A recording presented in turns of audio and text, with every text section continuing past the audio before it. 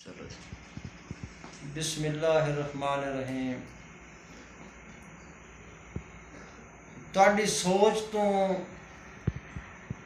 ਵੱਧ ਕੇ ਮੁਖਲਿਸ ਹਾਂ, ਕਦੀ ਸੋਚੋ ਆ ਕਲਿਆਂ ਬਹਿ ਕੇ। ਵਾਹ ਵਾਹ जी ਸ਼ਾਬਾਸ਼।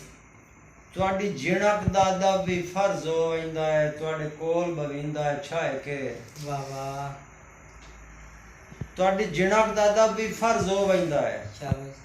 ਤੁਹਾਡੇ ਕੋਲ ਬਵਿੰਦਾ ਹੈ ਛਾਏ ਕੇ। ਤੁਹਾਡੀ ਟੇਕ ਤੇ ਵਦਾ ਸਾਹ ਲੈਣਾ ਐਸ ਮੁਲਕ ਵਸੇ ਵਿੱਚ ਰਹਿ ਕੇ।